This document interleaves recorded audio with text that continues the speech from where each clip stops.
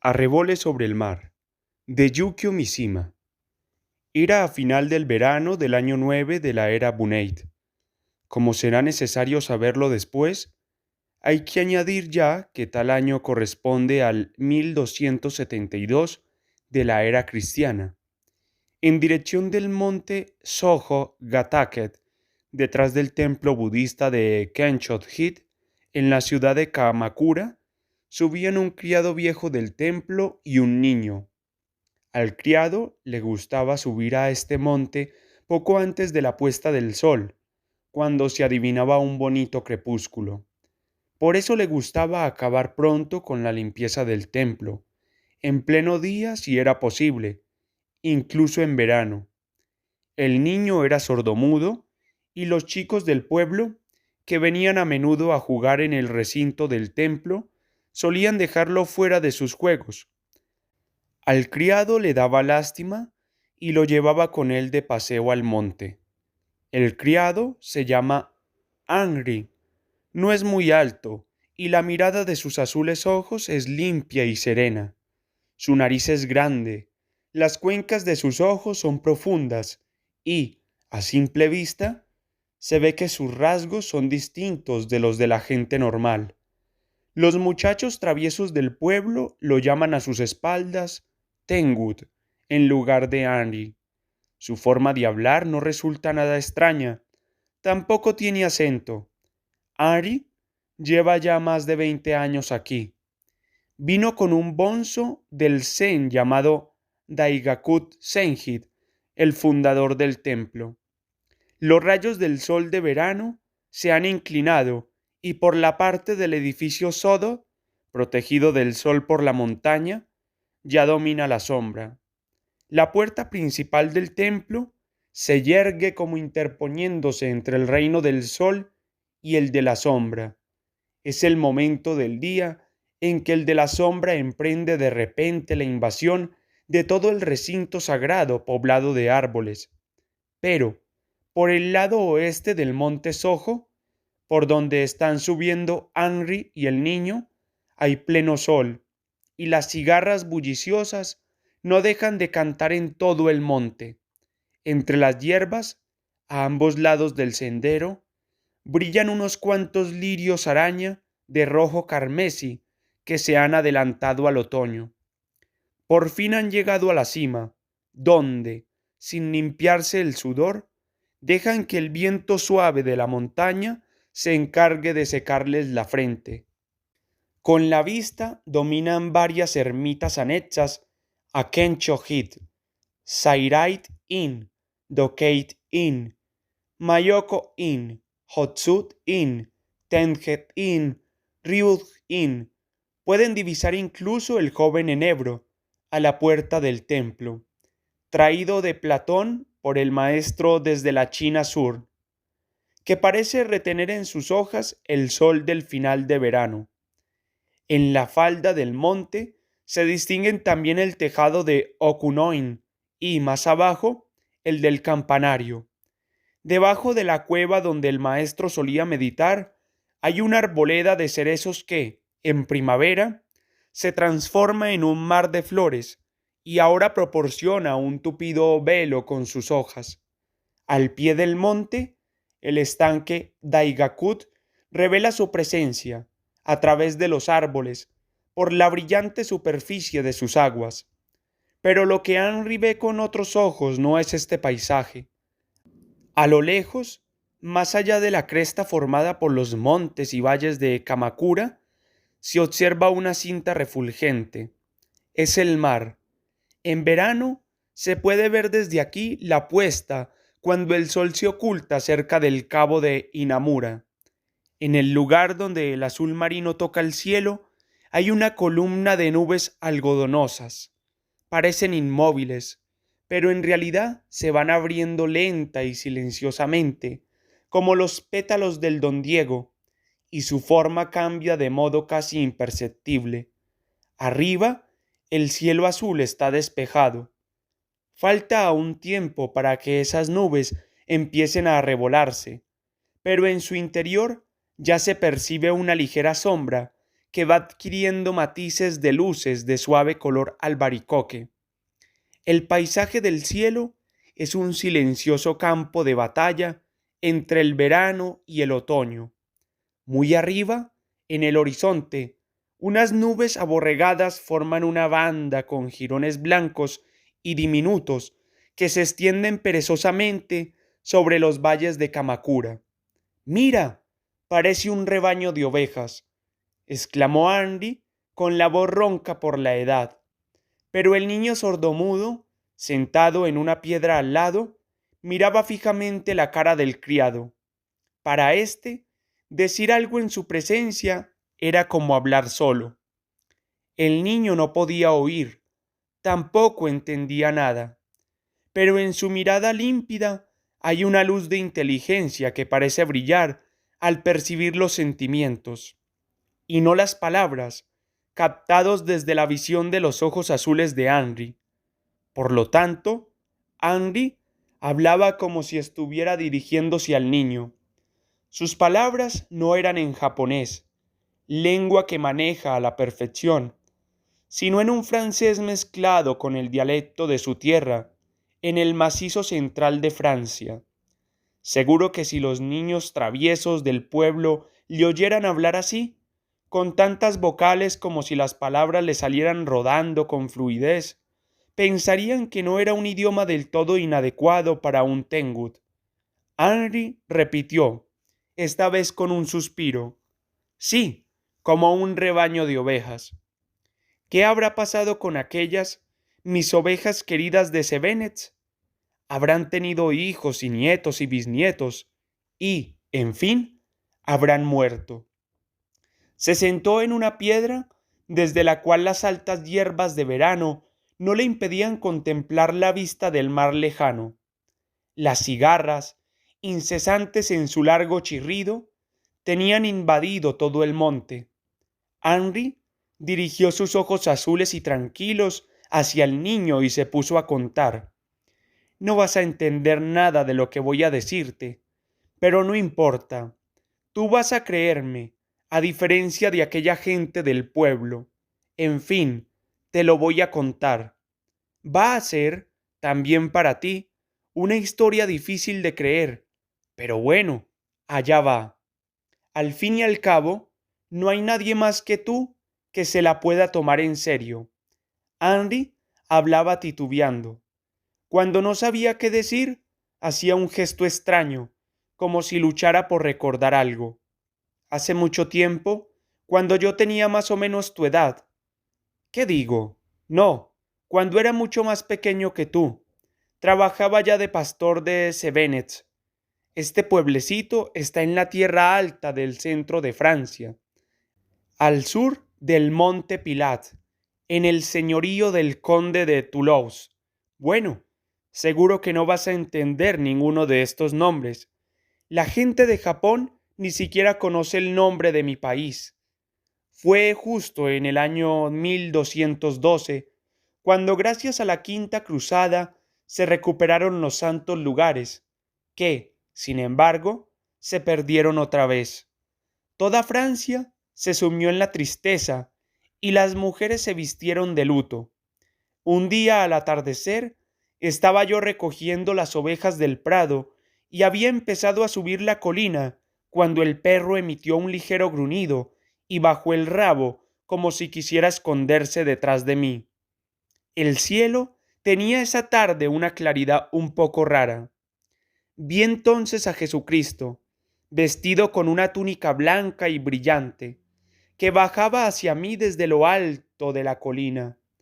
Tenía una barba como la que vemos en las estampas y sonreía muy amorosamente. Yo me eché a tierra, pero él me tendió la mano y, si no recuerdo mal, me tocó también el pelo y me dijo: Henry, estás destinado a recuperar la ciudad santa de Jerusalén. Vosotros, los niños, recuperaréis la ciudad santa de manos de los infieles turcos. Reúne a muchos otros niños y dirigid vuestros pasos a Marsella. Las aguas del mar Mediterráneo se dividirán en dos y podréis caminar hasta Tierra Santa. Recuerdo haber oído hasta ahí. Después me desmayé. El perro me despertó a lametazos y, al abrir los ojos, vi que me observaba con aire preocupado a la luz del crepúsculo. Todo mi cuerpo estaba empapado de sudor. Regresé a casa, pero no le conté a nadie lo que me había pasado. ¿Para qué? Si no me iban a creer. 4 o 5 días después, estaba yo solo en la choza. Ese día llovía. A la misma hora de la otra vez, entre dos luces, oí que alguien llamaba a la puerta. Cuando la abrí, tenía delante a un anciano. Me pidió pan. Lo miré fijamente y observé que tenía una nariz grande, la barba blanca y un aspecto venerable. Especialmente sus ojos me llamaron la atención por la calma profunda que parecía emanar de ellos. Le dije que, si no quería mojarse, entrara en la choza, pero no me respondió nada. Me fijé, entonces, en que su ropa, a pesar de haber venido andando bajo la lluvia, no estaba mojada. Me quedé unos instantes asustado, sin poder hablar. El anciano me dio las gracias por el pan y se retiró, pero antes de irse, me dijo al oído con la voz clara: ¿Ya te has olvidado de la profecía que te hicieron el otro día? ¿Por qué vacilas? ¿Es que no sabes que eres la persona enviada por Dios? Intenté ir detrás de él, pero alrededor estaba ya totalmente oscuro. Llovía sin parar y al anciano ya no se le veía por ningún lado. A mis oídos llegaban los balidos de las ovejas, que se arremolinaban inquietas bajo la lluvia. Esa noche no pude dormir. Al día siguiente, cuando volví de los pastizales, le conté la historia a otro pastorcillo, que era un buen amigo y de mi misma edad. Él era muy devoto y, nada más acabar de contársela, empezó a temblar. Se arrodilló sobre el campo de trébol y se puso a rezarme como si yo fuera un santo o algo así. No habían pasado 10 días cuando tenía a mi alrededor a todos los pastorcillos del lugar. Yo no era un muchacho presuntuoso ni nada por el estilo, pero debo decir que todos se habían hecho voluntariamente seguidores míos. Poco después corrió el rumor de que había aparecido un profeta de 8 años en un pueblo no lejos del mío. Decían que este profeta niño predicaba sermones, hacía milagros y cosas así. Por ejemplo, un día, al tocar con su mano los ojos de una muchacha ciega, ésta empezó a ver. Fui allí con mis seguidores. El profeta niño jugaba mezclándose y riendo felizmente con otros niños. Me arrodillé ante él y le conté la profecía. Su piel era como la leche de blanca y unos rizos rubios le caían por la frente, donde se transparentaba el azul de las venas. Al verme arrodillado ante él, reprimió la risa y torció 2 o 3 veces la comisura de sus pequeños labios. Pero no me miraba. En realidad, estaba contemplando el horizonte de ondulados prados. Yo hice lo mismo. En el horizonte había un olivo bastante alto. La luz se filtraba por su copa y las ramas y hojas parecían brillar por dentro. El viento soplaba. Con un movimiento lleno de majestad, el profeta niño puso su mano en mi hombro y me señaló esa dirección. Pude ver, entonces, que en la copa del árbol se reunían muchos ángeles que batían sus alas doradas y refulgentes. Debes dirigirte al este. Camina al este sin parar, para lo cual lo primero de todo es que vayas a Marsella, me dijo el profeta niño con una voz solemne y el tono absolutamente distinto del usado poco antes. El rumor corría como el fuego.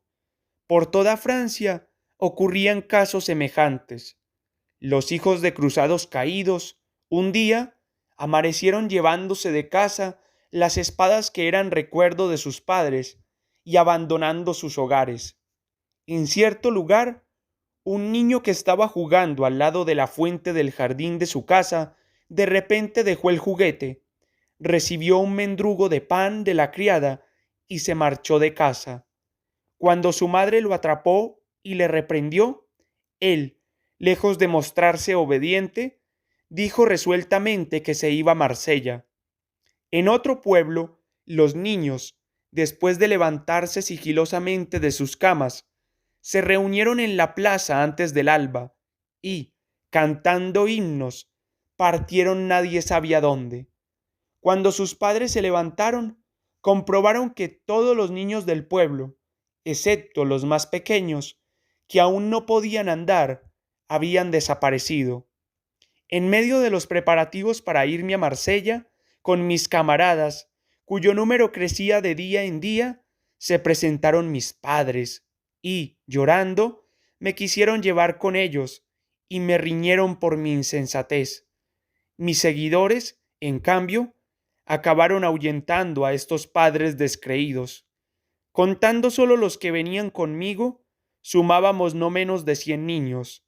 Desde distintos lugares de Francia y Alemania, miles de niños estaban congregándose para participar en esta cruzada. El viaje no fue nada fácil. Apenas habíamos andado un día de camino cuando el niño más pequeño, y también el más débil, se desplomó y murió. Lloramos todos y lo enterramos marcando su tumba con una cruz de madera.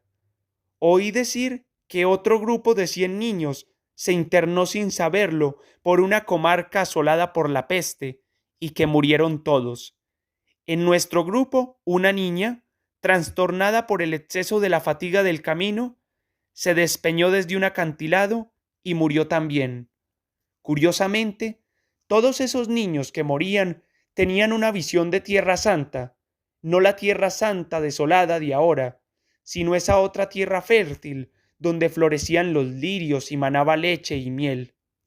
¿Cómo nos enteramos de eso? Pues porque antes de morir nos contaban su visión. Además, aunque no nos la contaran, su mirada estaba como arrobada en un éxtasis, como si tuvieran delante una inmensa fuente de luz.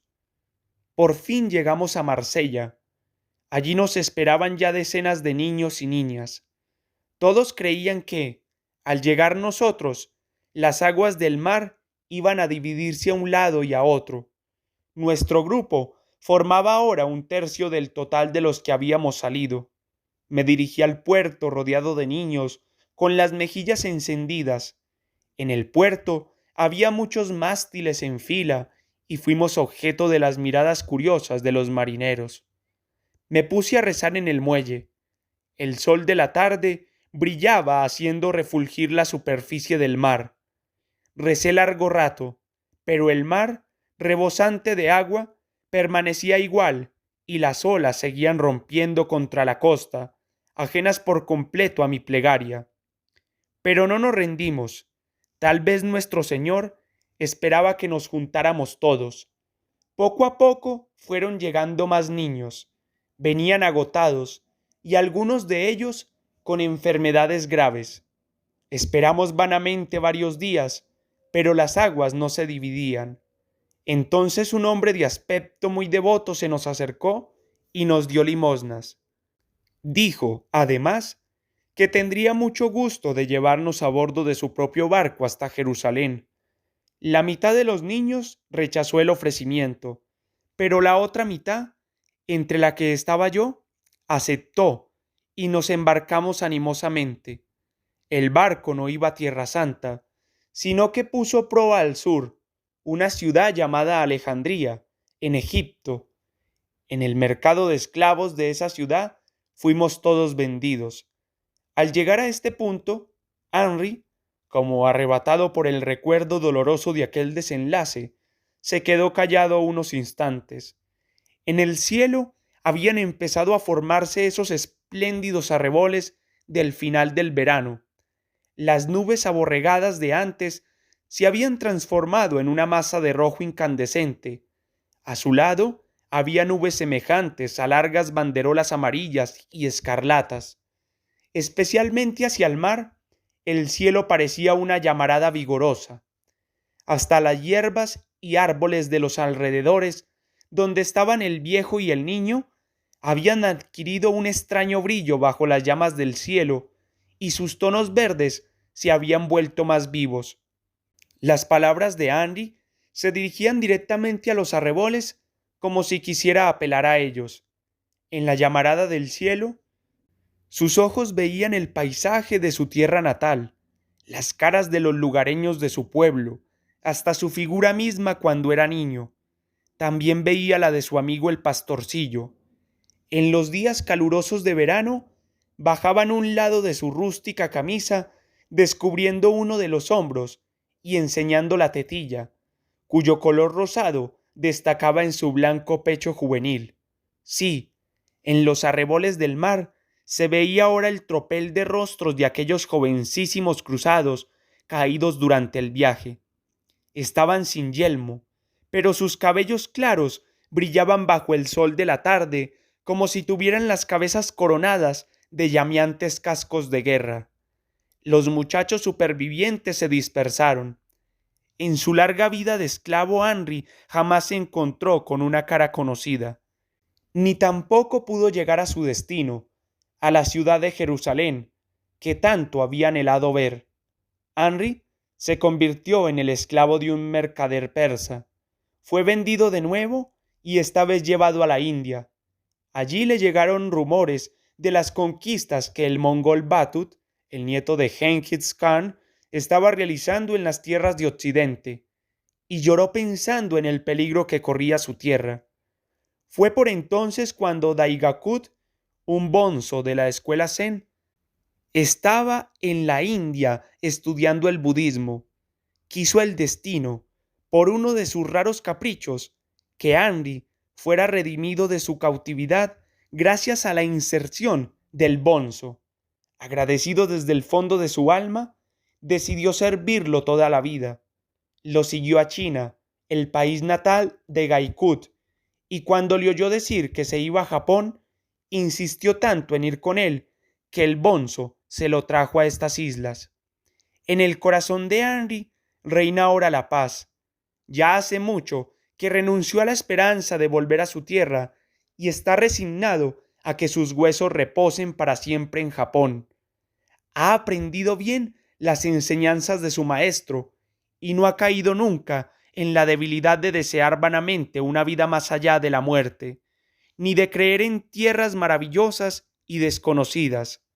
Aun así, cuando los arreboles de la tarde tiñen el cielo del verano y el mar se enciende con una raya escarlata, sus pies parecen moverse por sí solos y lo llevan, casi sin querer, a la cima de este monte Sojo.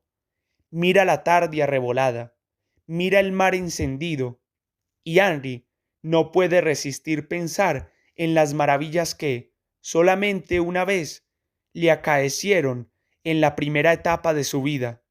Maravillas desgranadas, una detrás de otra, en aquel milagro, en aquella ansia hacia lo desconocido, en aquella fuerza extraña que lo empujaba a Marsella. Y, por último, piensa en el mar, en un mar que, aunque no se abriera en dos cuando rezó rodeado de una multitud de niños en el muelle de Marsella, le regaló con sus luces encendidas por el sol crepuscular, con el sosiego de sus olas. Henry no puede recordar cuándo perdió la fe. Lo que ahora recuerda vivamente es el misterio del mar iluminado por los arreboles, del mismo mar desobediente a su plegaria. Un hecho, este último, todavía más incomprensible que cualquier visión milagrosa. El misterio de aquel corazón infantil al que no le pareció extraño recibir la visión de Jesucristo, el misterio de un mar crepuscular que se negó a separar sus aguas.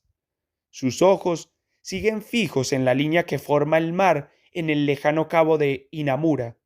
Henry está convencido de que, una vez que ha perdido la fe, ya no volverá a separarse del mar. El misterio, sin embargo, incomprensible, estaba ya latente cuando fracasó en hacer que se dividieran sus aguas, y está latente hoy en los arreboles de este mar del que en realidad no llegó a separarse entonces. Si en algún momento de la vida de Henry el mar tuviera que dividir sus aguas, tendría que haber sido en aquella ocasión. Sin embargo, el misterio está en que prefirió seguir dilatado y silencioso, igual que ahora, encendido por los arreboles del cielo. El viejo criado del templo se pone de pie en silencio. Las luces escarlatas del ocaso reflejan su luz crepuscular en sus cabellos encanecidos y alborotados y perturban con una pincelada de rojo la serenidad de sus ojos azules. El sol de este final de verano está a punto de ocultarse por detrás de Inamura Gasaki. El mar se ha trocado en un inmenso charco de sangre. Henry piensa en los viejos tiempos, piensa en los paisajes de su tierra, en sus gentes. El deseo de volver, sin embargo, está muerto.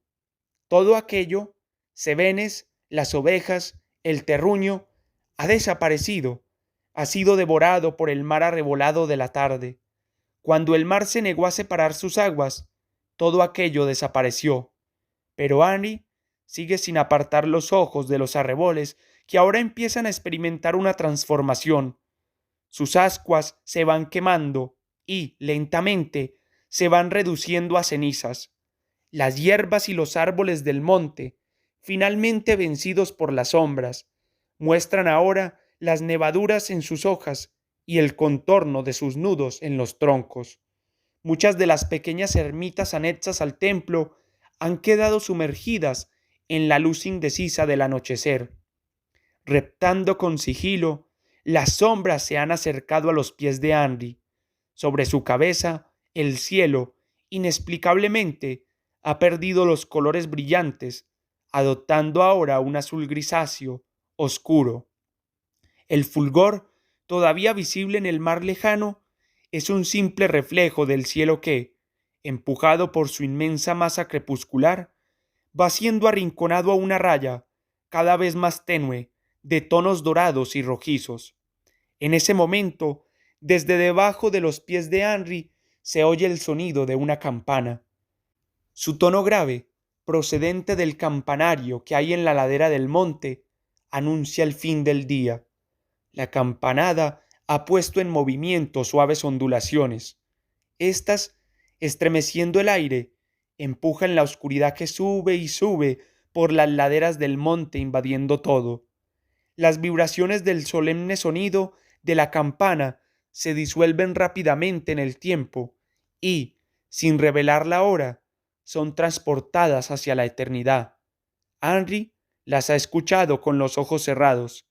Cuando los abre, su cuerpo está bañado ya por la oscuridad gris del anochecer. En el mar lejano se divisa vagamente una raya de gris blanquecino. El fuego de los arreboles se ha apagado por completo. Cuando Henry vuelve la cabeza, pensando en indicarle al niño que deben darse prisa en regresar al templo, lo ve con la cabeza sobre las rodillas, rodeadas por los brazos. El niño se había quedado dormido.